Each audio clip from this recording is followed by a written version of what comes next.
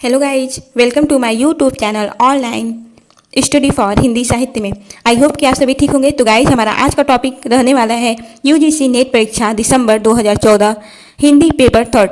तो गाइज, अगर आपके लिए ये वीडियो थोड़ा सा भी हेल्पफुल लगे तो प्लीज़ हमारे चैनल को सब्सक्राइब कीजिए और लाइक कीजिए और हमारे चैनल को ढेर सारा सपोर्ट कीजिए।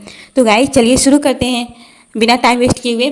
हमारा आज का टॉपिक यूजीसी नेट परीक्षा दिसंबर 2014 हिंदी प्रश्न पत्र थर्ड। तो गाइज, आज का हमारा पहला प्रश्न है, इनमें से कौन सी ध्वनि संयुक्त व्यंजन है। तो गाइज, जब दो भिन्न व्यंजन मिलकर एक नया रूप ग्रहण करते हैं तो उसको हम संयुक्त व्यंजन कहते हैं। जैसे कि यहाँ पर आधा क और यह है तो ये हुआ संयुक्त व्यंजन। लेकिन यहीं पर जो ये आधा च और पूरा च ये जो मिले हैं इनको हम कहते हैं द्वितीय व्यंजन। और ये जो अ है इसको हम कहेंगे संयुक्त स्वर। तो गाइज, आप लोग को पता चल ही गया होगा तो कि इस प्रश्न का सही उत्तर क्या है। तो संयुक्त व्यंजन कहलाएंगे क्या। इस प्रश्न का सही उत्तर है ए। तो गाइज, चलते हैं अपने अगले प्रश्न की तरफ। प्रश्न संख्या 2, निम्नलिखित में से किस भाषा को संविधान की अष्टम सूची में सम्मिलित नहीं किया गया है। और ऑप्शन है डोगरी, मणिपुरी, मैथिली या फिर छत्तीसगढ़ी। तो गाइज, संविधान की अष्टम सूची में 22 भाषाएं सम्मिलित हैं जिसमें छत्तीसगढ़ी नहीं है। गाइज, इस प्रश्न को हमने जून 2014 पेपर सेकेंड के प्रश्न में भी देख चुके हैं और वो थी प्रश्न संख्या 2। तो गाइज, इस प्रश्न का जो सही उत्तर है वो है छत्तीसगढ़ी। तो इस प्रश्न का सही आंसर हुआ ऑप्शन डी। प्रश्न संख्या 3 है, पुष्पदंत की प्रबंध रचना है। और ऑप्शन है रिठ रेमीचरियु, रजकुमारचरियु, पयुनचरियु या फिर भविष्यत कहाँ। तो गाइज, रजकुमारचरियु पुष्पदंत की प्रबंध रचना है। तो इसका सही उत्तर हुआ ऑप्शन बी, रजकुमारचरियु। इसको हम लोग नागकुमारचरियु भी कहते हैं। वहीं पर जो रिठरेमीचरियु है उसको अरिष्टनेमी चरित भी कहा जाता है और ये रचना है स्वयंभू की। और पयुमचरियु जिसका उपनाम है पद्मचरित वो रचना स्वयंभू की है। और भविष्यत कहाँ इसका जो उपनाम है वो है सूर्य पंचमी और इसके रचनाकार हैं धनपाल। तो गाइस, चलते हैं प्रश्न संख्या 4 की तरफ। और यहाँ पर लिखा गया है कि बम रे ही म जाड़ंत ही भेऊ एवई पढ़ियऊ ए उच्चऊ बेऊ मट्टी पानी कुश लई बढ़ंत घर ही बैसी अग्गी हुड़ंत। उपर्युक्त काव्य पंक्तियाँ किस कवि की हैं। तो गाइज, ऑप्शन है गोरखनाथ, सरहपा, रैदास या फिर कबीरदास। तो गाइज, ये जो पंक्तियाँ हैं ये सरहपा की पंक्तियाँ हैं। तो इसका आंसर हुआ ऑप्शन बी। गाइज, चलते हैं प्रश्न संख्या 5 की तरफ। प्रश्न संख्या 5 है, मुसलमान अनुयायी कबीरदास को किन का शिष्य मानते हैं। और ऑप्शन है शेख तकी, रज्जब, मोइनुद्दीन चिश्ती या फिर नूर मोहम्मद। तो गाइज, आप लोगों ने अगर कबीरदास का जीवनी पढ़ा होगा तो आप लोग को पता होगा कि जो मुसलमान हैं वो कबीरदास के गुरु का नाम शेख तकी बताते हैं। तो गाइज, इस प्रश्न का सही उत्तर हुआ ऑप्शन ए, मुसलमान अनुयायी कबीर को शेख तकी का शिष्य कहते हैं। सर्वमान्य धारणा यह है कि रामानंद कबीर के गुरु थे। तो गाइस, चलते हैं प्रश्न संख्या 6 की तरफ बिना टाइम वेस्ट किए हुए। फोर्ट विलियम कॉलेज के किस शिक्षक के माध्यम से हिंदी भाषा की पाठ्य पुस्तकों का प्रकाशन आरंभ हुआ। और ऑप्शन है lord Macaulay, George Grierson, father Camille Bulcke या फिर गिल क्राइस्ट। तो guys, Gilchrist Fort William College के शिक्षक के माध्यम से हिंदी भाषा की पाठ्य पुस्तकों का प्रकाशन प्रारंभ किए थे। तो गाइस, इस प्रश्न का जो सही उत्तर हुआ वो हुआ ऑप्शन डी, गिल क्राइस्ट। 1800 ईस्वी में फोर्ट विलियम कॉलेज की स्थापना हुई थी। ये आप लोग को भी पता होगा, पिछले क्लास में हमने पढ़ा। इसमें हिंदी या हिंदुस्तानी के प्राध्यापक जॉन गिल क्राइस्ट थे। इन्हीं के माध्यम से हिंदी भाषा की पाठ्य पुस्तकों का प्रकाशन प्रारंभ हुआ था। तो गाइस, चलते हैं प्रश्न संख्या 7 की तरफ। और यहाँ पर संशय आत्मा किस कवि की रचना। और ऑप्शन है अशोक वाजपेयी, कुंवर नारायण, ज्ञानेन्द्रपति या फिर उदय प्रकाश। तो गाइस, संन्यात्मा ये ज्ञानेन्द्रपति की रचना है। तो इस प्रश्न का जो सही उत्तर हुआ वो हुआ ऑप्शन सी, ज्ञानेन्द्रपति। और अशोक वाजपेयी इनका एक प्रसिद्ध रचना है कहीं नहीं वहीं, जिस पर इनको साहित्य अकादमी पुरस्कार मिला हुआ था। और कुंवर नारायण का रचना है जिस पर कि साहित्य अकादमी पुरस्कार मिला था उनको, वो है कोई दूसरा नहीं, और उदय प्रकाश को मोहनदास इस कृति पर साहित्य अकादमी पुरस्कार मिला था। तो गाइस चलते हैं प्रश्न संख्या 8 की तरफ। तो प्रश्न संख्या 8 है, एकांकी में अन्विति अथवा संकलन त्रय के अंतर्गत काल स्थान के साथ किसके निर्वाह की गणना की जाती है? और ऑप्शन है पात्र, कार्य, प्रकृति या फिर पताका। तो गाइस संकलन त्रय में काल, स्थान और कार्य या वस्तु की गणना की जाती है। पताका, प्रकृति, बीज, बिंदु और कार्य, ये पांचों अर्थ प्रकृतियां हैं। तो गाइस इसका उत्तर हुआ ऑप्शन बी, कार्य। प्रश्न संख्या 9, इनमें से कौन अनुभव का एक भेद है? और ऑप्शन है निर्वेद, व्रीड़ा, उन्माद या फिर आहार। तो गाइस भरत मुनि के अनुसार अनुभव के 3 भेद माने जाते हैं और वो है वाचिक, आंगिक और सात्विक। भानुदत्त के अनुसार अनुभव के 4 भेद माने जाते हैं, कायिक, मानसिक, आहार्य और सात्विक। निर्वेद, क्रीड़ा और उन्माद संचारी भाव है। तो गाइस इस प्रश्न का जो सही उत्तर हुआ वो हुआ ऑप्शन डी, आहार्य अनुभव का एक भेद है, लेकिन व्रीड़ा, निर्वेद, उन्माद ये सब संचारी भाव के भेद हैं। तो गाइस चलते हैं इसी के साथ प्रश्न संख्या 10 की तरफ। गाइस वीडियो को एक बार लाइक जरूर कीजिएगा और चैनल को सब्सक्राइब भी कीजिएगा। तो प्रश्न संख्या 10 है, शब्द में जहाँ मूल अर्थ नहीं बल्कि उसका व्यंग्यार्थ अभिप्रेत होता है वहाँ कौन सी शब्द शक्ति होती है?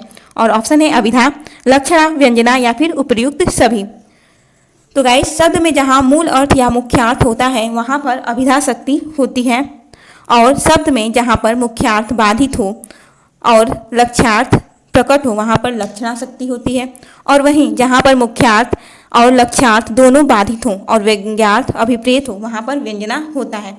तो गाइस इस प्रश्न का सही उत्तर हुआ ऑप्शन सी, शब्द में जहाँ मूल अर्थ नहीं बल्कि उसका व्यंग्यार्थ अभिप्रेत होता है वहाँ पर व्यंजना शक्ति होती है। तो इसी के साथ चलते हैं प्रश्न संख्या 11 जो कि बहुत शानदार रहने वाला है। जयशंकर प्रसाद कृत उर्वशी किस विधा की रचना है? और ऑप्शन है गीति काव्य, प्रगीत, नाटक या फिर चंपू काव्य। तो गाइस जो जयशंकर प्रसाद जी का रचना है उर्वशी 1909 ईस्वी में प्रकाशित हुई थी और यह एक चंपू काव्य है। चंपू काव्य में गद्य और पद्य दोनों ही मिश्रित होते हैं। तो गाइस इसका जो सही उत्तर हुआ वो हुआ ऑप्शन डी। और प्रश्न संख्या 12 की तरफ चलते हैं।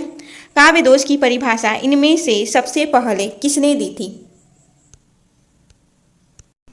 और गाइस ऑप्शन है दंडी, भामा, वामन या फिर आनंदवर्धन। तो गाइस आपको जानकारी होनी चाहिए कि काव्य दोष की जो सर्वप्रथम परिभाषा दिया था वो थे आचार्य वामन। गुणम विपर्य यात्मानो दोषा, अर्थात गुण की आत्मा के विपरीत अव्यय ही दोष है। वामन ने दोषों की संख्या 20 बताई थी। गुण को रीति का नियामक सिद्ध करने वाले प्रथम आचार्य दंडी माने जाते हैं, और वक्रोक्ति का सर्वप्रथम जो प्रयोग किया था वो शास्त्रीय विवेचन भामा ने किया था। रस के साथ औचित्य का संबंध स्थापित करने वाले प्रथम आचार्य जो थे वो थे आनंदवर्धन। तो गाइज यहाँ पर क्वेश्चन पूछ रहा है कि काव्य दोष की परिभाषा इनमें से सबसे पहले किसने दी थी? तो आप लोग को पता चल ही गया होगा कि वो थे वामन। तो इस प्रश्न का सही उत्तर हुआ ऑप्शन सी, वामन। प्रश्न संख्या 13 है, पाए महावर दैन को नाइन बैठी आए, फिर जानी महावरी एड़ी मिटती जाए। इन काव्य पंक्तियों में कौन सा अलंकार है? और ऑप्शन है संदेह, भ्रांतिमान, विशेषोक्ति या फिर समासोक्ति अलंकार। तो गाइज यहाँ पर भ्रांतिमान अलंकार है। यहाँ पर नाइन को जो है भ्रांति हो रहा है, जहाँ समानता के कारण दूसरी वस्तु को दूसरी मान लिया जाए वहाँ पर भ्रांतिमान अलंकार होता है। इसमें नायिका के पैर में महावर यानी कि जिसको रंग बोलते हैं वो लगाने के लिए नाइन आई, लेकिन नायिका के पैर की लालिमा इतनी ज़्यादा थी कि नाइन को पहले से महावर लगे होने का भ्रम हो जाता है, जहाँ पर निश्चय की स्थिति नहीं बन पा रही है। वो समझ ही नहीं पा रही है कि आखिर में पहले से ही उनका पैर रंगा हुआ है या फिर नहीं। तो यहाँ पर जो हुआ ऑप्शन बी इसका सही आंसर हुआ। तो गाइज यहाँ पर नाइन को भ्रांति हो रहा है। तो चलते हैं प्रश्न संख्या 14 की तरफ। तो प्रश्न संख्या 14 गाइज, यथार्थवाद और छायावाद निबंध के रचयिता हैं। और ऑप्शन है जयशंकर प्रसाद, शांति प्रिय द्विवेदी, नंद दुलारे वाजपेयी या फिर मुकुटधर पांडे। तो गाइज यथार्थवाद और छायावाद इसके रचयिता जयशंकर प्रसाद माने जाते हैं और वृंत और विकास इस निबंध के रचयिता शांति प्रिय द्विवेदी हैं और रीति और शैली इसके रचयिता नंद दुलारे वाजपेयी। हिंदी में छायावाद के रचयिता हैं मुकुटधर पांडे। तो गाइज यथार्थवाद और छायावाद निबंध के जो रचयिता हुए वो हुए जयशंकर प्रसाद। इस प्रश्न का ऑप्शन इज सही उत्तर। प्रश्न संख्या 15, मिला तेज से तेज किस विधा की रचना है? और ऑप्शन है जीवनी, आत्मकथा, निबंध या फिर संस्मरण। तो गाइज मिला तेज से तेज यह जो है जीवनी विधा की रचना है। गाइज प्रश्न संख्या 16 की तरफ चलते हैं। गाइज एक और बात आपकी जानकारी के लिए बता दें कि मिला तेज से तेज ये सुभद्रा कुमारी चौहान जी का जीवनी है और इसकी लेखिका जो है वो है सुभद्रा जी की पुत्री सुधा चौहान।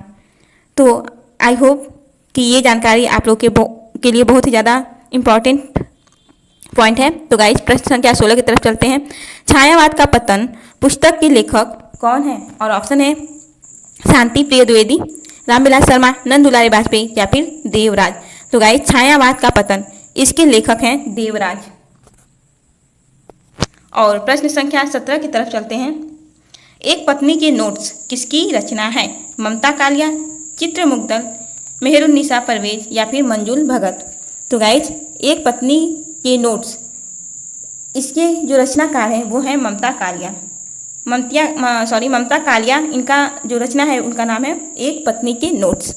गाइज एक जमीन अपनी ये चित्रा मुग्धल जी का उपन्यास है। उसके बाद आंखों की दहलीज मेहरुन्निसा परवेज का उपन्यास है और बेगाने घर में मंजुल भगत जी का उपन्यास है। तो चलते हैं प्रश्न संख्या 18 की तरफ। गाइस चैनल को एक बार सब्सक्राइब जरूर कर लीजिएगा। प्रश्न संख्या 18 है, निर्मल वर्मा का पहला कहानी संग्रह है और ऑप्शन है जलती झाड़ी, बीच बहस में, परिंदे और कव्वे और काला पानी।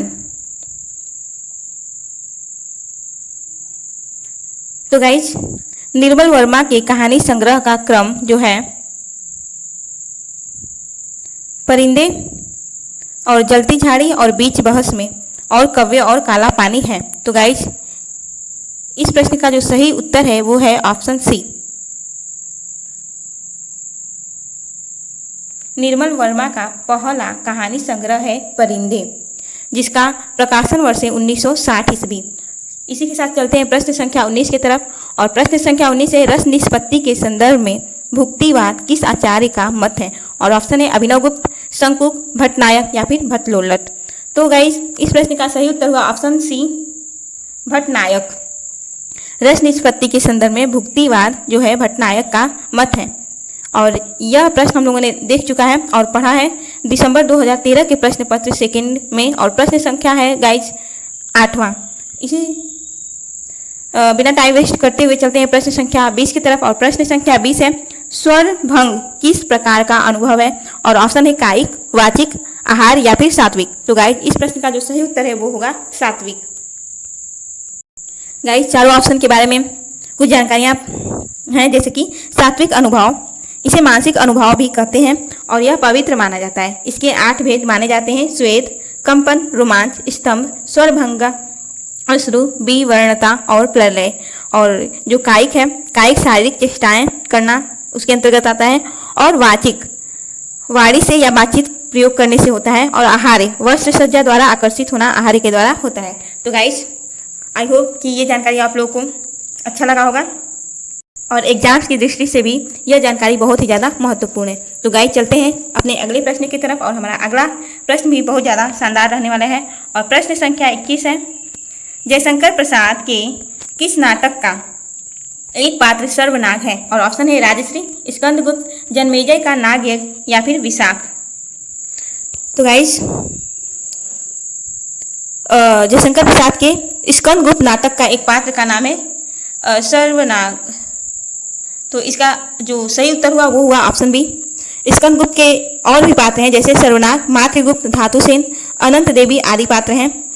और वहीं पे जयशंकर प्रसाद जी का नाटक है राजश्री और इसके पात्र हैं गुह वर्मा, विकट घोष, राज्यवर्धन, हर्षवर्धन आदि। और जन्मेजय का नागयज्ञ इसके पात्र इस प्रकार से हैं, उत्तंक, मणिमाला, जड़तकारू और दामिनी और काश्यप आदि। और विशाख के जो पात्र हैं वो है नरदेव, चंद्रलेखा, इरावती।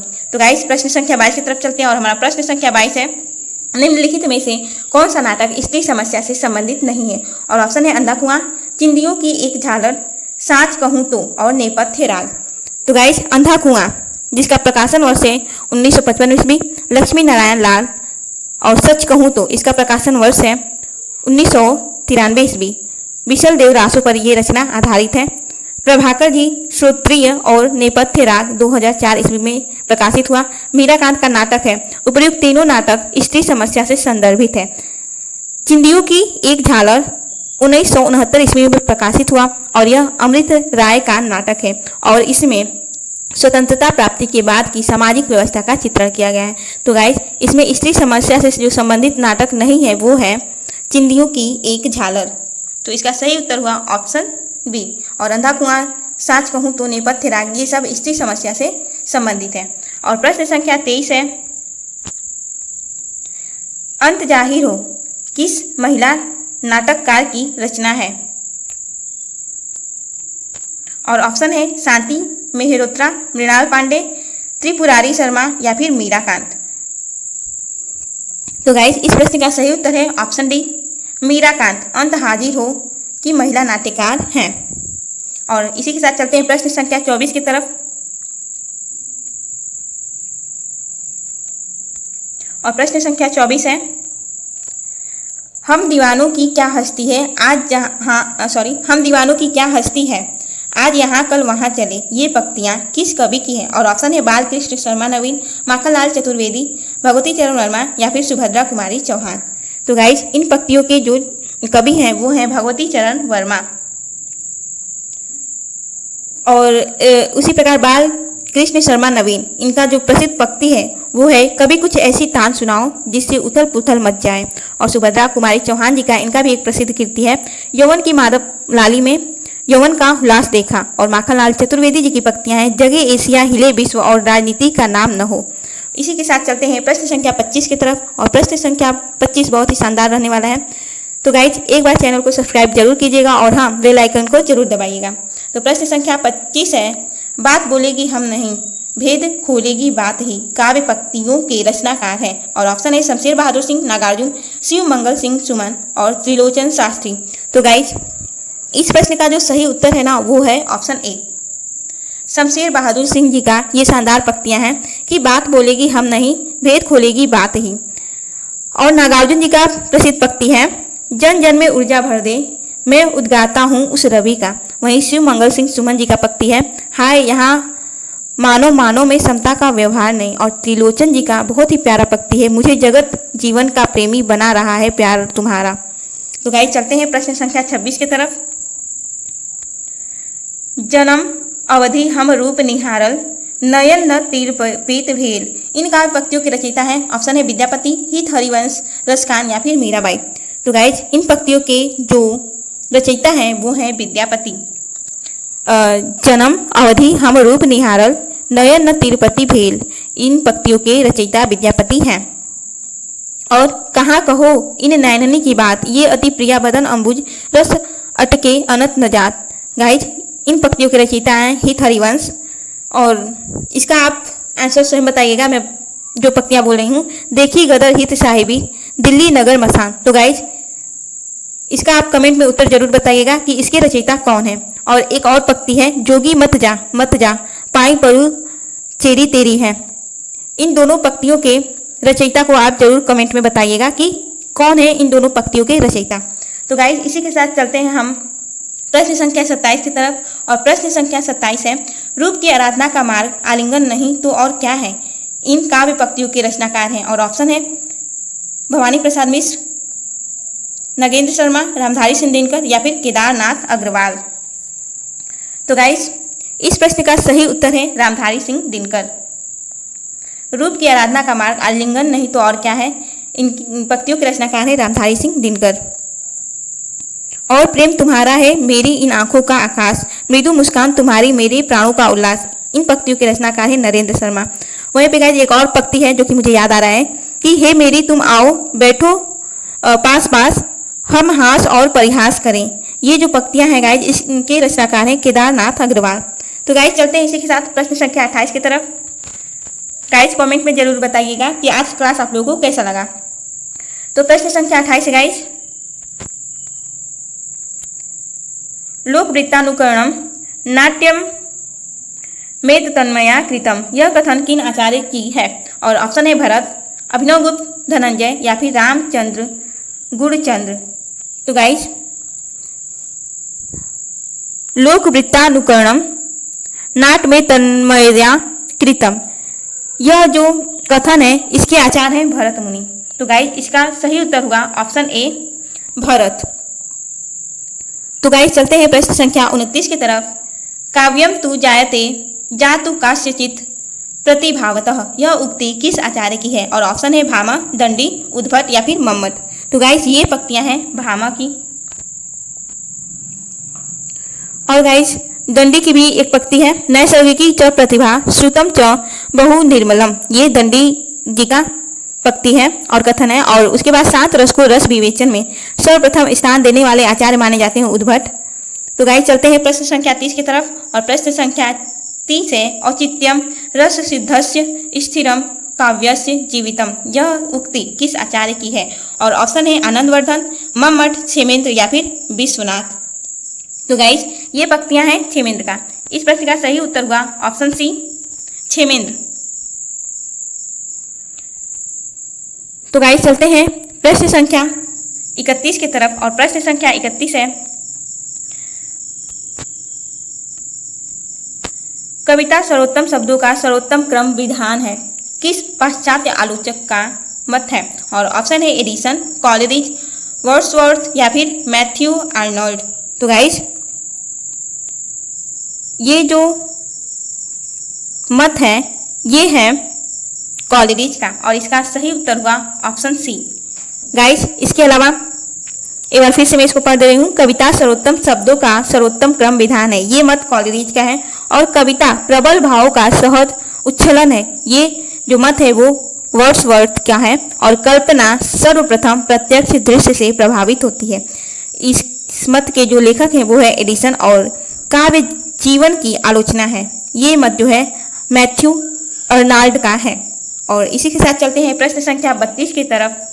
और प्रश्न संख्या 32 है, कविता हमारे परिपूर्ण क्षणों की वाणी है, यह कथन किसका है? और ऑप्शन है जयशंकर प्रसाद, सुमित्रा नंदन पंत, सूर्यकांत त्रिपाठी निराला और महादेवी वर्मा। तो गाइस ये पंक्तियां पंत जी की हैं। कविता हमारे परिपूर्ण क्षणों की वाणी है, यह कथन पंत जी का है। और काव्य आत्मा की संकल्पनात्मक अनुभूति है, ये पंक्तियां हैं प्रसाद जी की। और साहित्य की मुक्ति उसके काव्य में देख पड़ती है। इन पंक्तियों के जो रचनाकार हैं गाइज वो है निराला। और गाइज एक और पंक्ति है कि कविता सबसे बड़ा परिग्रह है, यह पंक्तियां किसका है? ये हमको आप बताइएगा कमेंट में। तो गाइज कमेंट जरूर करके बताइएगा कि इन पंक्तियों के जो है वो रचयिता कौन है। तो चलते हैं प्रश्न संख्या 33 की तरफ। और प्रश्न संख्या 33 है, निम्नलिखित में से कौन सा श्रृंखला मूलक अलंकार नहीं है? और ऑप्शन है कारणमाला, माला दीपक, एकावली या फिर काव्यलिंग। तो गाइस जहां पर क्रम से या श्रृंखलाबद्ध वर्णन इस प्रकार से हो कि बाद में कथित आगे के लिए आधार की कड़ी या कारण या माला बनती जाती है, वहां पर करणमाला, माला दीपक और एकावली अलंकार होता है। जबकि जहां युक्ति द्वारा कारण देकर पद या वाक्य के अर्थ का समर्थन किया जाता है वहां काव्यलिंग अलंकार होता है। तो गाइस जो काव्यलिंग अलंकार है वह श्रृंखला मूलक अलंकार नहीं है। तो इस प्रश्न का सही उत्तर हुआ ऑप्शन डी।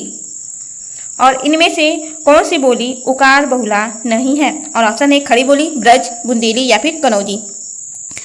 तो खड़ी बोली जो है जिसको कौरवी भी कहा जाता है वो आकार बहुला है, यानी कि जब भी खड़ी बोली को हम बोलते हैं तो उसमें आ शब्द की जो है बार बार उपयोग करते हैं। और ब्रज, बुंदेली, कनौजी, मारवाड़ी, कुमायूनी, गढ़वाली और मालवी उकार बहुला है। और अवधी और बघेली उदासीन आकार बहुला है। भोजपुरी इकार बहुला बोली है। तो गाइस इस प्रश्न का जो सही उत्तर है वो है खड़ी बोली।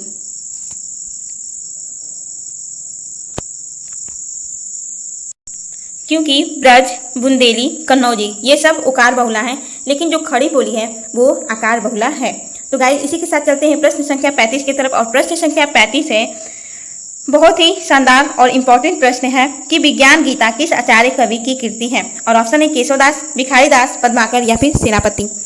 तो विज्ञान गीता ये कृति है केशवदास की और ये है ऑप्शन ए। तो प्रश्न संख्या 36 की तरफ चलते हैं बिना टाइम वेस्ट किए हुए। तो प्रश्न संख्या 36 है, गीत गुंज किस कवि की रचना है। और ऑप्शन है सूर्यकांत त्रिपाठी निराला, सुमित्रा नंदन पंत, राम कुमार वर्मा या फिर महादेवी वर्मा। तो गाइस गीत गुंज ये जो कविता है, इस कविता के कवि हैं सूर्यकांत त्रिपाठी निराला। इस प्रश्न का सही उत्तर है ऑप्शन ए और इसका प्रकाशन वर्ष है 1954 ईस्वी। और गुंजन आप लोग को पता होगा कि पंत का रचना है जिसका प्रकाशन 1932 ईस्वी है। चित्रलेखा इसका प्रकाशन वर्ष 1935 ईस्वी है और राम कुमार वर्मा इसके रचयिता हैं। और महादेवी वर्मा का एक प्रसिद्ध रचना है जिसका नाम है सांदगीत, जिसका प्रकाशन वर्ष है 1936 ईस्वी। तो प्रश्न संख्या 37 की तरफ चलते हैं। और प्रश्न संख्या 37 से छाया नामक एकांकी के लेखक हैं। और ऑप्शन है उपेंद्र नाथ अश्क, राम कुमार वर्मा, उदय शंकर भट्ट या फिर सुदर्शन। तो गाइस छाया ये जो एकांकी है इसके लेखक हैं सुदर्शन। इस प्रश्न का सही उत्तर हुआ ऑप्शन डी सुदर्शन। प्रश्न संख्या 38 राजेंद्र यादव की कहानी है। और ऑप्शन है बदबू, जहां लक्ष्मी कैद है, गदर, जानवर और जानवर। तो इस प्रश्न का सही उत्तर है कि राजेंद्र यादव का जो कहानी है वो है जहां लक्ष्मी कैद है। यह राजेंद्र यादव का कहानी है। और शेखर जोशी का एक कहानी है जो बदबू है, वो शेखर जोशी का है। और जानवर इसके कहानीकार हैं मोहन राकेश।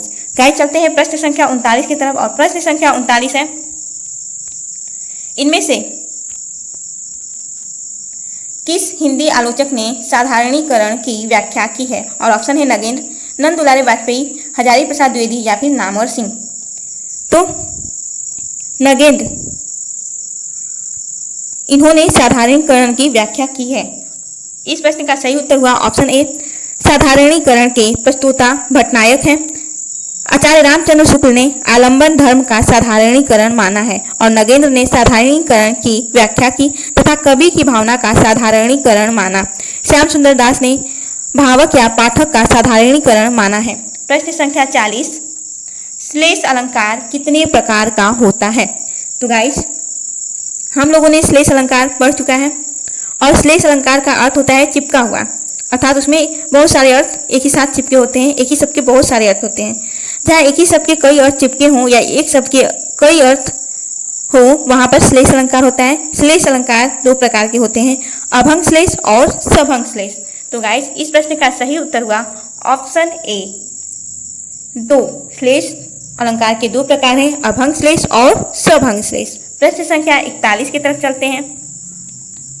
और गाइस ऐसे प्रश्न परीक्षाओं में बहुत ही ज़्यादा पूछे जाते हैं। प्रकाशन वर्ष के अनुसार इन उपन्यासों का सही अनुक्रम क्या है।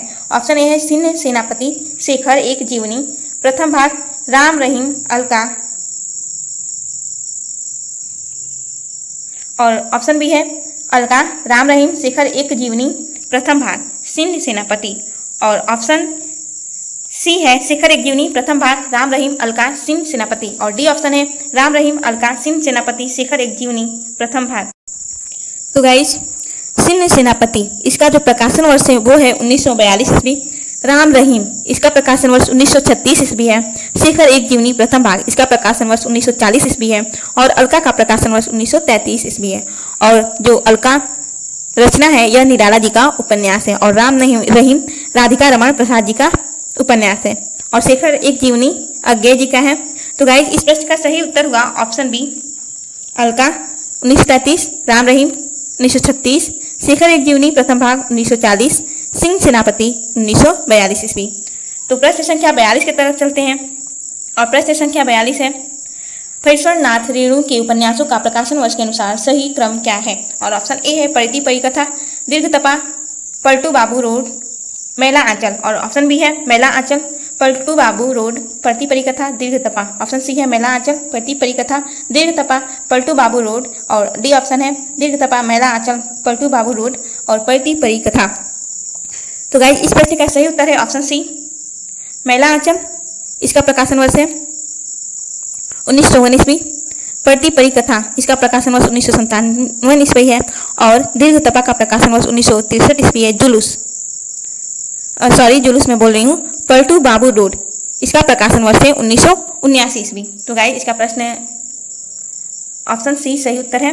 और प्रश्न संख्या 43, प्रकाशन वर्ष के अनुसार जयशंकर प्रसाद की कहानियों का जो सही अनुक्रम क्या है? और ऑप्शन है प्रतिध्वनि, आकाशदीप, आंधी, इंद्रजाल। बी ऑप्शन आकाशदीप, प्रतिध्वनि, इंद्रजाल, आंधी। सी ऑप्शन आंधी, इंद्रजाल, आकाशदीप, प्रतिध्वनि। और डी ऑप्शन प्रतिध्वनि, आकाशदीप, इंद्रजाल या फिर आंधी। तो गाइस छाया भी जयशंकर प्रसाद जी का कहानी है और उसका प्रकाशन वर्ष 1912 ईस्वी है। वहीं उसके बाद छाया के बाद आता है प्रतिध्वनि, जिसका प्रकाशन वर्ष है 1926 ईस्वी। और आकाशदीप का प्रकाशन वर्ष है 1928 ईस्वी। आंधी का प्रकाशन वर्ष 1931 ईस्वी। और इंद्रजाल का प्रकाशन वर्ष है 1936 ईस्वी। तो इस प्रश्न का सही उत्तर हुआ ऑप्शन ए, प्रतिध्वनि, आकाशदीप, आंधी और इंद्रजाल। प्रश्न संख्या 44 की तरफ चलते हैं और प्रश्न संख्या 44 है, प्रकाशन वर्ष के अनुसार इन रचनाओं का सही अनुक्रम है। ऑप्शन ए इतिहास, तिमिरनाशक, साहित्य देवता, सीढ़ियों पर धूप में शिव शंभू के चिट्ठे। और बी ऑप्शन है सीढ़ियों पर धूप में इतिहास, तिमिरनाशक, शिव शंभू के चिट्ठे, साहित्य देवता। तो गाइस जो इतिहास तिमिरनाशक है इसका प्रकाशन वर्ष 1873 ईस्वी है। शिव शंभू के चिट्ठे का प्रकाशन वर्ष 1903 से 1905 ईस्वी तक माना जाता है और इसके रचनाकार है बालकुमार गुप्त। साहित्य देवता का प्रकाशन वर्ष 1943 ईस्वी माना जाता है और सीढ़ियों पर धूप में का प्रकाशन वर्ष है 1960 ईस्वी। तो गाइस इस प्रश्न का सही उत्तर हुआ ऑप्शन सी, इतिहास, तिमिरनाशक, शिव शंभू के चिट्ठे, साहित्य देवता, सीढ़ियों पर धूप में। प्रश्न संख्या 45, प्रकाशन वर्ष के अनुसार रामविलास शर्मा की कृतियों का सही अनुक्रम है। और ऑप्शन है बड़े भाई, भारतेंदु युग, परंपरा का मूल्यांकन, भाषा, साहित्य और संस्कृति। और ऑप्शन बी है भारतेंदु युग, भाषा, साहित्य और संस्कृति, परंपरा का मूल्यांकन, बड़े भाई। और सी ऑप्शन है भाषा, साहित्य और संस्कृति, परंपरा का मूल्यांकन, बड़े भाई, भारतेंदु युग। और डी ऑप्शन है परंपरा का मूल्यांकन, बड़े भाई, भाषा, साहित्य और संस्कृति, भारतेंदु युग। तो गाइस इस प्रश्न का सही उत्तर है ऑप्शन बी, भारतेंदु युग, भाषा, साहित्य और संस्कृति, परंपरा का मूल्यांकन, बड़े भाई, जिसमें जो भारतेंदु युग है इसका समय है 1943 ईस्वी। वहीं भाषा, साहित्य और संस्कृति इसका समय है 1954 ईस्वी। और परंपरा का मूल्यांकन इसका 1981 ईस्वी। और बड़े भाई 1986 ईस्वी। प्रश्न संख्या 46 की तरफ चलते हैं और प्रश्न संख्या 46 है, भाषा निर्माण की इकाइयों का सही अनुक्रम क्या है? और ऑप्शन ए है शब्द, ध्वन, वाक्य, पद। और बी ऑप्शन है शब्द, वाक्य, ध्वनि, पद। और सी ऑप्शन है पद, वाक्य, ध्वनि, शब्द। और डी ऑप्शन है ध्वनि, शब्द, पद, वाक्य। तो गाइज जो भाषा निर्माण में भाषा की लघुत्तम इकाई जो मानी जाती है, छोटी से छोटी, वो मानी जाती है ध्वनि। और ध्वनियों से शब्द बनता है और शब्दों से पद का निर्माण होता है और पदों से वाक्य बनता है। अतः भाषा का निर्माण का आरोही क्रम जो है वो हुआ ध्वनि, शब्द, पद, वाक्य। तो इस प्रश्न का जो सही उत्तर हुआ वो हुआ ऑप्शन डी, ध्वनि, शब्द, पद, वाक्य। प्रश्न संख्या 47, निम्नांकित में से उच्चारण स्थान के आधार पर कंठ से लेकर मुख विवर में उच्चरित व्यंजन ध्वनियों का सही अनुक्रम है। और ऑप्शन है कंठ, तालव्य, वर्ण, दंत, ओष्ठ। और फिर है तालव्य, कंठ, ओष्ठ, दंत, वर्ण, दंत, ओष्ठ, कंठ, वत्स, तालव्य। और ओष्ठ, वत्स, तालव्य, कंठ, दंत। तो गाइज इस प्रश्न का सही उत्तर है ऑप्शन ए। गाइज इसको हम ट्रिक से भी याद कर सकते हैं, के टी एम द्यो, के से कंठ, टी से तालव्य, उसके बाद और भी आता है मूर्धा भी आता है, और वर्ण से दंत, ओष्ठ। चलते हैं गाइज प्रश्न संख्या 48 की तरफ और प्रश्न संख्या 48 है देवनागरी लिपि का सही विकास क्रम है। और ऑप्शन ए है गुप्त लिपि, वाह्य लिपि, देवनागरी लिपि और नागरी लिपि।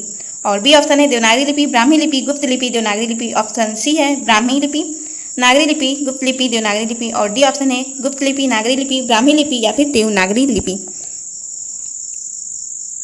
तो गाइस देवनागरी लिपि का जो सही क्रम है वो है ब्राह्मी लिपि, नागरी लिपि, गुप्त लिपि, उसके बाद देवनागरी लिपि। तो इस प्रश्न का सही उत्तर हुआ ऑप्शन सी। ब्राह्मी लिपि के दो पार्ट हैं, उत्तरी शैली और दक्षिणी शैली, जिसमें उत्तरी शैली में जो लिपियां हैं वो आती हैं गुप्त लिपि, सिद्ध मात्रिक जिसको कुटिल लिपि भी कहा जाता है, और प्राचीन नागरी, और उसके बाद आता है देवनागरी लिपि। तो गाइस इसमें चारों के चारों ऑप्शन में कुछ न कुछ मिस्टेक दिया हुआ है और किसी का भी क्रम सही नहीं है, इसलिए जो एनटीए ने इसका जांच नहीं किया है और इसको जांच से हटा दिया है। और इसका जो सही क्रम है वो है उत्तरी शैली, गुप्त लिपि, सिद्ध मात्रिक जिसको हम कुटिल लिपि कहते हैं, उसके बाद प्राचीन नागरी आता है, उसके बाद लास्ट में देवनागरी लिपि आता है।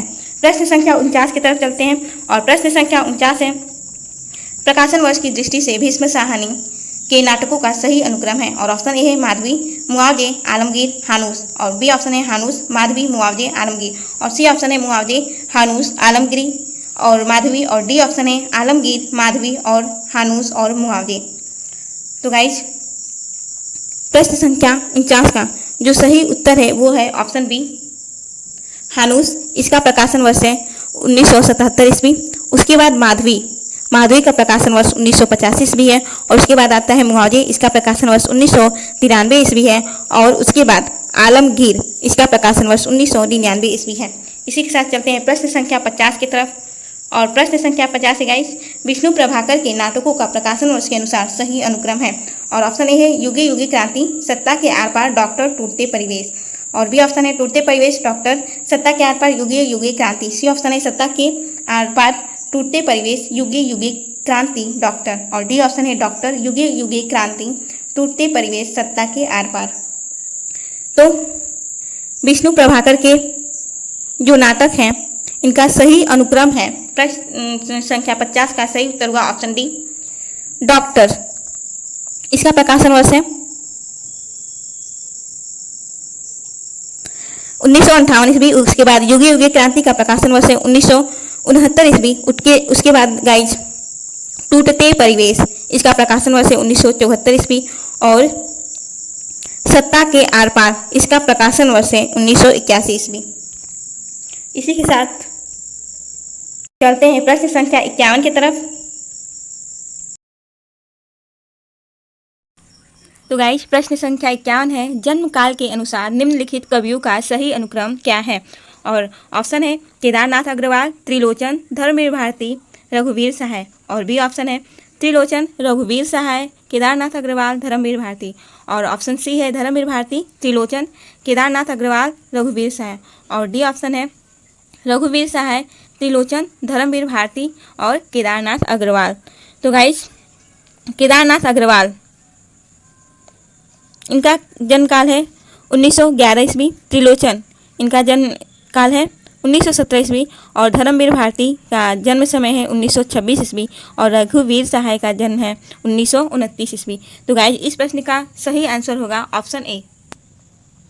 तो गाइज इसी के साथ चलते हैं प्रश्न संख्या 52 की तरफ और हमारा प्रश्न है, जन्म काल के अनुसार निम्नलिखित कवियों का सही अनुक्रम क्या है।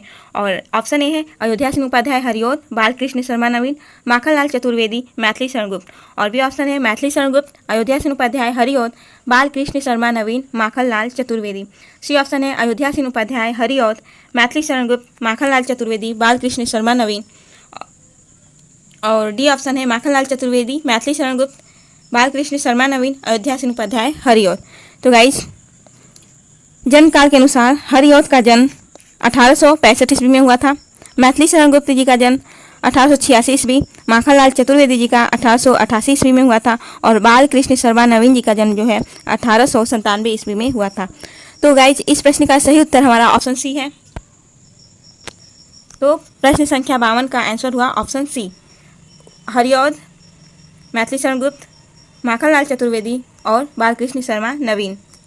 तो चलते हैं इसी के साथ प्रश्न संख्या 53 की तरफ और प्रश्न संख्या 53 है गाइज, प्रकाशन वर्ष के अनुसार रचनाओं का सही अनुक्रम क्या है। और ऑप्शन है निशा निमंत्रण, मधु कलश, मधुशाला, मधुबाला, और बी ऑप्शन है मधुशाला, मधुबाला, मधु कलश, निशा निमंत्रण, और सी ऑप्शन है मधुबाला, मधुशाला, निशा निमंत्रण, मधु कलश, और डी ऑप्शन है मधु कलश, निशा निमंत्रण, मधुशाला, मधुबाला। तो यहाँ पर मधुशाला इसका प्रकाशन वर्ष है 1935 ईस्वी, मधुबाला का प्रकाशन वर्ष 1936 ईस्वी, और मधु कलश का प्रकाशन वर्ष है गाइज 1937 ईस्वी, और निशा निमंत्रण का प्रकाशन वर्ष है 1938 ईस्वी। तो गाइज इस प्रश्न का सही उत्तर हुआ ऑप्शन बी, मधुशाला, मधुबाला, मधु कलश, निशा निमंत्रण। और इसी के साथ चलते हैं बिना टाइम वेस्ट किए हुए प्रश्न संख्या 54 की तरफ, और हमारा प्रश्न संख्या 54 ये रहा, और प्रश्न संख्या 54 है जन्म काल के अनुसार रचनाओं का सही अनुक्रम क्या है। और ऑप्शन है श्रीधर पाठक, जगन्नाथ दास रत्नाकर, राम नरेश त्रिपाठी, मुकुटधर पांडे। बी ऑप्शन मुकुटधर पांडे, श्रीधर पाठक, राम नरेश त्रिपाठी, जगन्नाथ दास रत्नाकर, और सी ऑप्शन है जगन्नाथ दास रत्नाकर, राम नरेश त्रिपाठी, मुकुटधर पांडे, श्रीधर पाठक, और डी ऑप्शन है राम नरेश त्रिपाठी, जगन्नाथ दास रत्नाकर, श्रीधर पाठक और मुकुटधर पांडे। तो गाइस श्रीधर पाठक इनका जन्म समय है 1859 ईस्वी, जगन्नाथ दास रत्नाकर का जन्म 1866 ईस्वी, राम नरेश त्रिपाठी का 1889 ईस्वी, और मुकुटधर पांडे का जन्म 1895 ईस्वी है। तो गाइस इस प्रश्न का सही उत्तर है ऑप्शन ए। इसी के साथ चलते हैं प्रश्न संख्या 55 की तरफ, और प्रश्न संख्या 55 है गाइज जन्म काल के अनुसार कवियों का सही अनुक्रम क्या है। और ऑप्शन है दादू दयाल, गुरु नानक, मलुकदास, सुंदरदास। बी ऑप्शन गुरु नानक, दादू दयाल, सुंदरदास, मलुकदास, और सी ऑप्शन गुरु नानक, दादू दयाल, मलुकदास, सुंदरदास, और डी ऑप्शन मलुकदास, गुरु नानक, दादू दयाल, सुंदरदास। तो गाइज इस प्रश्न का सही उत्तर है ऑप्शन सी, गुरु नानक। इनका जन्म समय है 1469 ईस्वी, उसके बाद दादू दयाल का जन्म 1554 ईस्वी, और मलुकदास का जन्म 1574 ईस्वी, सुंदरदास का जन्म 1596 ईस्वी।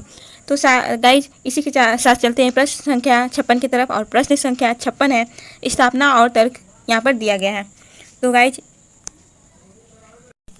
स्थापना दिया गया है मनोविश्लेषणवाद में सबसे अधिक महत्व व्यक्ति के मन को दिया जाता है, और तर्क दिया गया है क्योंकि व्यक्ति का मन सामाजिक प्रतिबंधों में कैद होकर जड़ हो जाता है। और ऑप्शन है दोनों सही, और बी ऑप्शन दोनों गलत, सी ऑप्शन ए सही, आर गलत, और डी ऑप्शन ए गलत, आर सही। तो गाइज यहाँ पर ए गलत है लेकिन ए सही है, लेकिन जो आर दिया गया है वो गलत है। तो इस प्रश्न का सही उत्तर है गाइज ऑप्शन सी, मनोविश्लेषणवाद में मन का विश्लेषण किया जाता है। इसमें व्यक्ति मन का ही विशेष महत्व होता है। व्यक्ति एक सामाजिक प्राणी है, लेकिन अधिकार व्यक्ति का मन सामाजिक प्रतिबंधों में कैद होकर जड़ नहीं होता है। इसीलिए जो ए दिया गया है वो सही है, लेकिन जो रीजन है वो इसका गलत दिया गया है। इसी के साथ चलते हैं प्रश्न संख्या 57 की तरफ, और गाइस प्रश्न संख्या 57 है स्थापना ईश्वर और मनुष्य के बीच संबंध स्थापित करने का एक माध्यम धर्म है। धर्म साधना व्यक्तिनिष्ठ है, और तर्क दिया गया है क्योंकि साध्य और साधक का एकीकरण साधना के माध्यम से ही होता है। और ऑप्शन ए है दोनों सही, और बी ऑप्शन ए सही आर गलत, सी ऑप्शन ए गलत आर सही, और डी ऑप्शन दोनों बातें गलत। तो गाइज यहाँ पर दोनों ही बातें सही हैं। ईश्वर और मनुष्य के बीच का संबंध एक आस्था या विश्वास है, और यह आस्था ही धर्म है। धर्म की साधना व्यक्तिनिष्ठ है, अर्थात धर्म को मानना या न मानना व्यक्तिगत है। साध्य और साधक के एक होने का माध्यम साधना ही है, अतः दोनों ही बातें सही हैं। तो गाइस प्रश्न संख्या 58 है स्थापना दिया गया है सामाजिक जीवन की स्थिति और पुष्टि के लिए करुणा का प्रसार आवश्यक है, और तर्क दिया गया है क्योंकि करुणा का व्यक्तिगत स्वार्थ से विरोध है, उसके लिए निजी हित छोड़ना पड़ता है। और ऑप्शन है दोनों बातें गलत, और बी ऑप्शन है ए गलत आर सही, सी ऑप्शन है दोनों सही, और डी ऑप्शन है ए सही आर गलत। तो गाइस इस प्रश्न का जो सही उत्तर है वो है ऑप्शन सी, यहाँ पर दोनों ही बातें सही कही गई हैं। इसी के साथ चलते हैं प्रश्न संख्या 59 की तरफ, और प्रश्न संख्या 59 है हमारा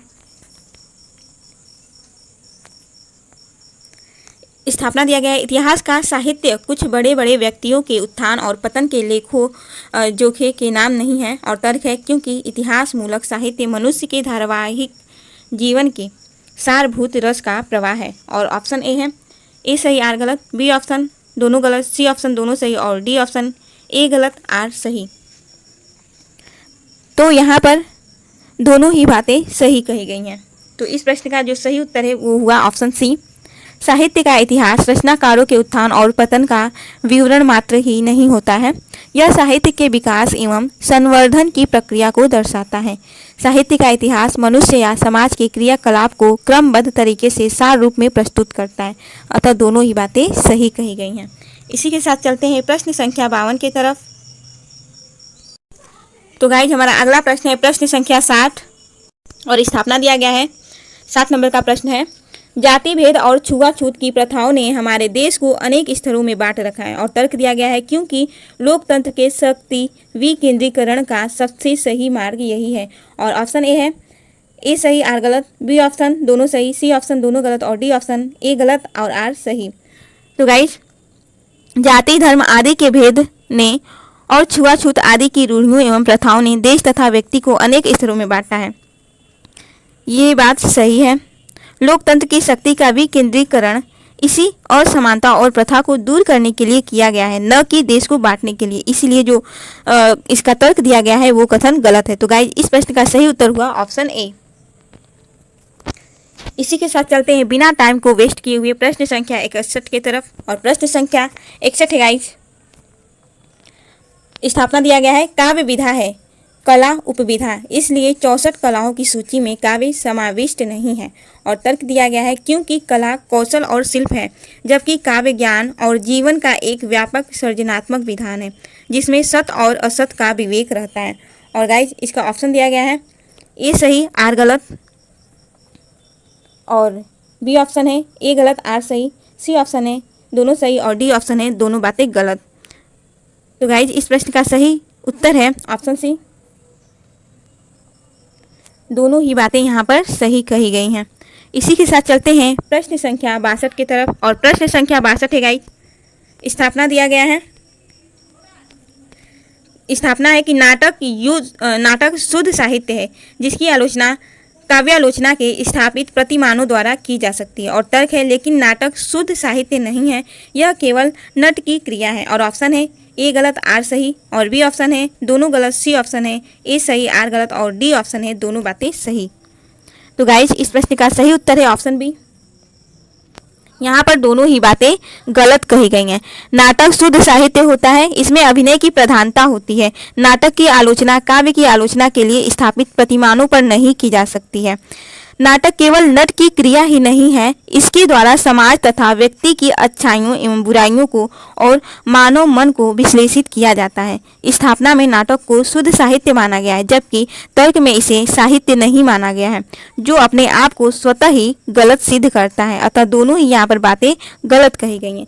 इसी के साथ चलते हैं गाइज प्रश्न संख्या 63 की तरफ। और प्रश्न संख्या 63 है, स्थापना दिया गया है, साहित्य मनुष्य के हृदय को स्वार्थ संबंधों के संकुचित मंडल के ऊपर उठाकर लोक सामान्य की भूमि पर ले जाता है। और तर्क दिया गया है क्योंकि मनुष्य संबंधों का निर्वाह साहित्य से प्रेरित होकर केवल आत्मसंतोष के लिए करता है। और ऑप्शन है ए सही आर गलत और बी ऑप्शन ए गलत आर सही, सी ऑप्शन दोनों सही और डी ऑप्शन दोनों बातें गलत। तो गाइज इसका सही आंसर है ऑप्शन ए सही है और आर गलत है। अब क्यों आर गलत है? साहित्य मनुष्य के हृदय को स्वार्थ संबंधों या व्यक्तिगत हित के संकुचित विचार या मंडल से ऊपर उठाकर लोक सामान्य की भूमि पर ले जाता है। मनुष्य संबंधों का निर्वाह मात्र साहित्य से ही प्रेरित होकर नहीं करता है, न ही सिर्फ आत्मसंतोष के लिए। इसीलिए जो ए है वो सही दिया गया है, लेकिन इसका तर्क है वो गलत दिया गया है। और प्रश्न संख्या 64 की तरफ चलते हैं। और गाइस प्रश्न संख्या 64 है, स्थापना दिया गया है। स्थापना में कहा जा रहा है कि मनुष्य की रागात्मक प्रवृत्ति उसे सामाजिक बंधनों से मुक्त होने के लिए प्रेरित करती है। और तर्क है क्योंकि समाज मनुष्य की रागात्मकता को स्वीकार नहीं करता है। और ऑप्शन है ए सही आर गलत और बी ऑप्शन है दोनों सही, सी ऑप्शन है ए गलत आर सही और डी ऑप्शन है दोनों बातें गलत। तो इस प्रश्न का सही उत्तर है ऑप्शन ए सही है लेकिन आर गलत है। मनुष्य की रागात्मक प्रवृत्ति मनुष्य को सामाजिक बंधनों से मुक्त होने के लिए प्रेरित करती है। समाज मनुष्य की रागात्मकता को स्वीकार करता है, अतः ए सही है और आर गलत है। तो गाइज इसी के साथ चलते हैं प्रश्न संख्या 65 की तरफ, जिसका स्थापना दिया गया है। और स्थापना में कहा जा रहा है कि साहित्य में व्यक्तिवादी चेतना समाज के बहुमुखी विकास को अवरुद्ध करती है। और तर्क दिया गया है क्योंकि व्यक्तिवाद से समाज में अराजकता फैलती है। और ऑप्शन है दोनों बातें गलत, और बी ऑप्शन है ए सही आर गलत, और सी ऑप्शन है दोनों सही, और डी ऑप्शन है ए गलत आर सही। तो गाइज इस प्रश्न का सही उत्तर है ऑप्शन सी। यहाँ पर दोनों ही बातें सही कही गई हैं।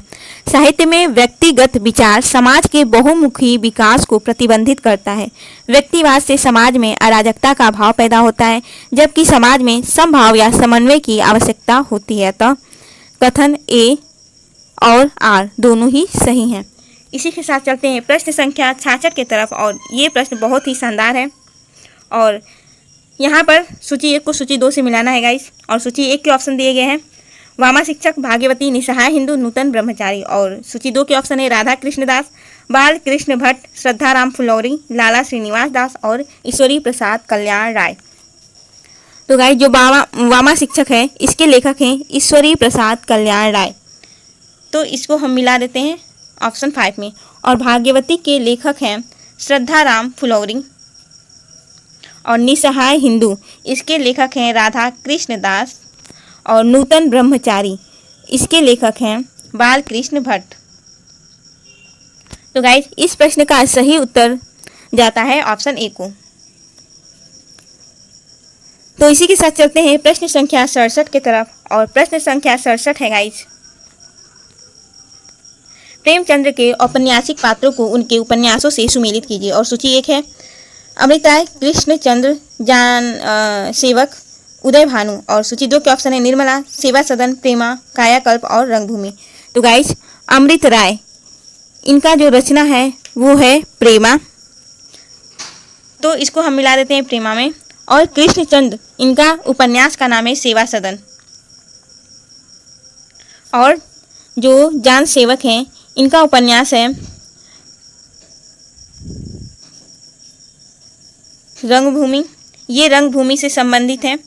गाइज जो सूची 1 के ऑप्शन है ये सारे पात्रों के नाम दिए गए हैं और किस उपन्यास से संबंधित है वो सूची 2 में दिया गया है। तो इसी प्रकार उदय भानु ये संबंधित हैं निर्मला से। एक बार फिर से देख लीजिए गाइज, अमृत राय प्रेमा से संबंधित हैं, प्रेमा उपन्यास से। और कृष्णचंद्र सेवा सदन उपन्यास से संबंधित हैं। और जान सेवक रंगभूमि उपन्यास से संबंधित है। और उदय भानु ये जो है निर्मला उपन्यास से संबंधित है। तो इस प्रश्न का सही उत्तर हुआ गाइज ऑप्शन बी।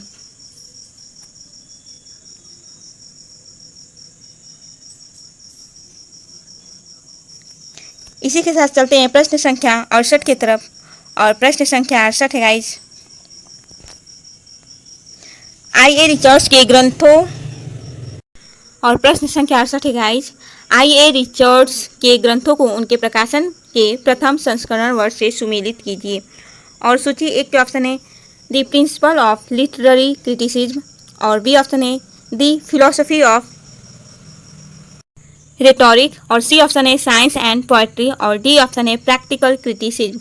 और सूची 2 के ऑप्शन है गाइज सन 1922, सन 1924, सन 1929 और सन 1926 और सन 1936 ईस्वी। तो guys the principle of literary criticism इसका जो संस्करण है प्रथम संस्करण वो है 1924 ईस्वी। उसके बाद आता है द फिलोसफी ऑफ रेटोरिक, इसका जो सन है वो है सन 1936 ईस्वी। उसके बाद गाइज साइंस एंड पोएट्री इसका संस्करण है 1926 ईस्वी। उसके बाद प्रैक्टिकल क्रिटिसिज्म इसका प्रकाशन वर्ष है सन 1929 ईस्वी। तो गाइस इसका हम देख लेते हैं कौन सा जो कोड है वो सही होगा। तो गाइस इस प्रश्न का जो सही उत्तर होगा वो होगा ऑप्शन डी। इसी के साथ चलते हैं प्रश्न संख्या 69 की तरफ। और प्रश्न संख्या 69 है guys,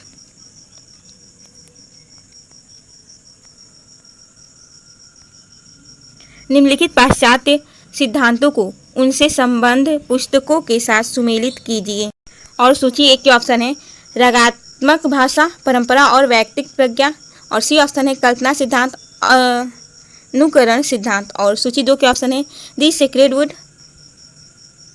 Biographia Literaria, the meaning of meaning, culture and anarchy, Peri Poietikes. तो रागात्मक भाषा, इसका पुस्तक है, रागात्मक भाषा सिद्धांत का पुस्तक है जो वो है द मीनिंग ऑफ मीनिंग। रागात्मक भाषा, द मीनिंग ऑफ मीनिंग। उसके बाद परंपरा और वैयक्तिक प्रज्ञा, ये जो पुस्तक से संबंधित है वो है द सीक्रेट वुड। और कल्पना सिद्धांत, ये बायोग्राफिया लिटरेरिया पुस्तक से संबंधित है। और लास्टवा है अनुकरण सिद्धांत, जो कि पेरिपोएटिकेस से संबंधित है। तो गाइज, इस प्रश्न का सही उत्तर जो होता है वो है ऑप्शन सी। इसी के साथ चलते हैं प्रश्न संख्या 70 की तरफ। और प्रश्न संख्या 70 है, निम्नलिखित संप्रदायों को उनके आचार्यों के साथ सुमेलित कीजिए। तो गाइज, ये प्रश्न बहुत ही ज़्यादा सरल है, आसान है और बहुत ही ज़्यादा शानदार भी है, जो कि आप लोगों को शायद पता होगा।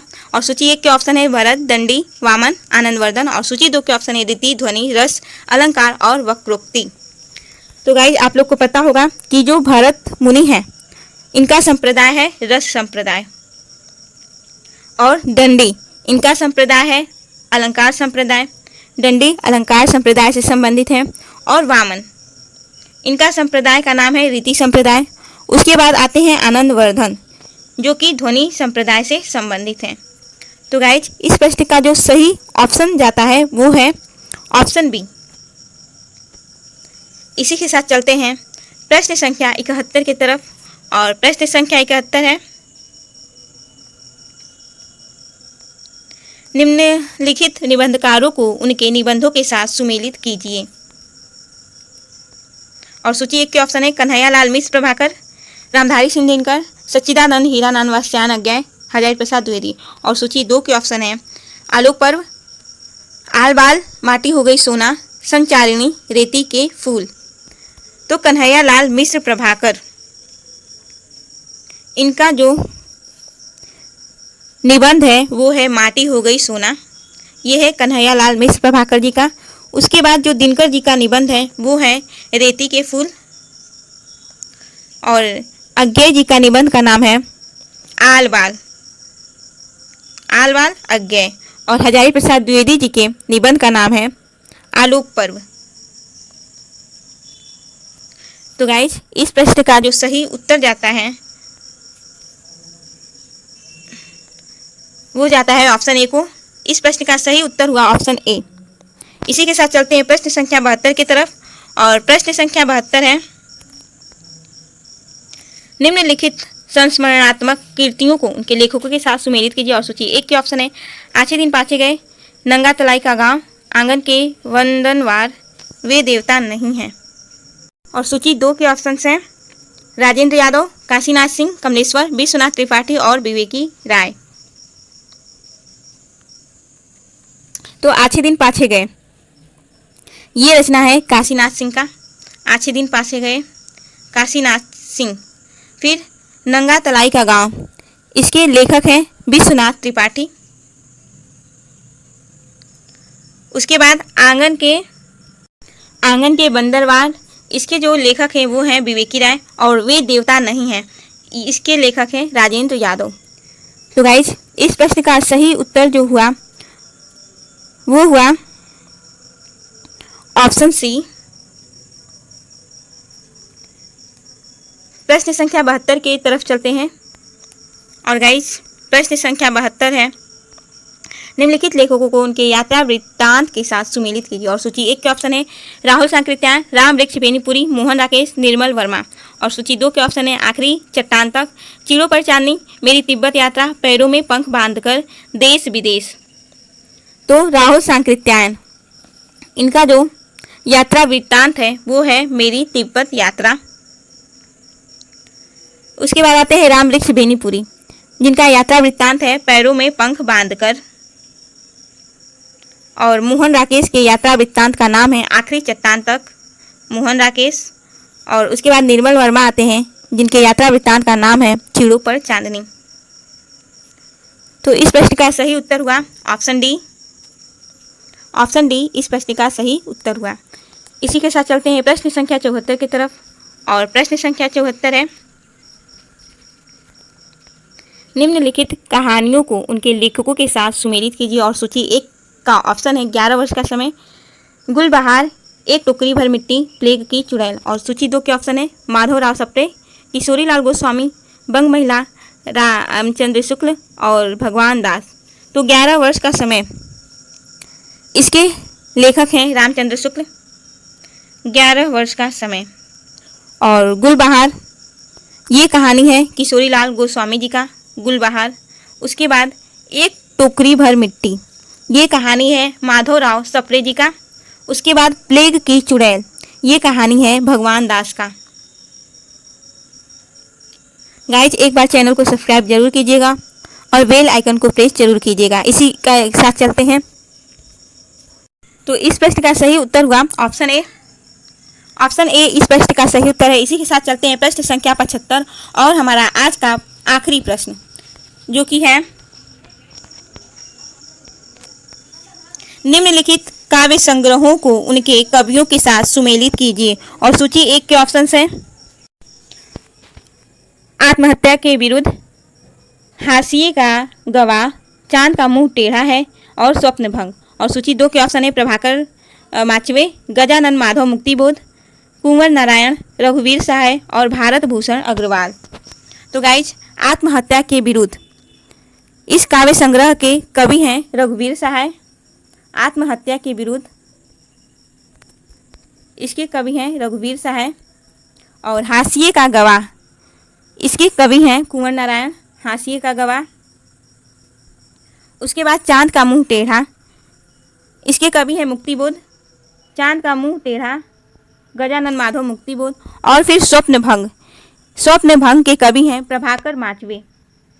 तो गाइज इस प्रश्न का सही उत्तर हुआ ऑप्शन सी। तो गाइज आज का टॉपिक यहीं खत्म होता है। और आज का क्लास आप लोगों को कैसा लगा कमेंट करके ज़रूर बताइएगा। और हमारे चैनल को सब्सक्राइब जरूर कीजिएगा और ढेर सारा सपोर्ट कीजिए। मिलते हैं अगले क्लास में, तब तक के लिए धन्यवाद।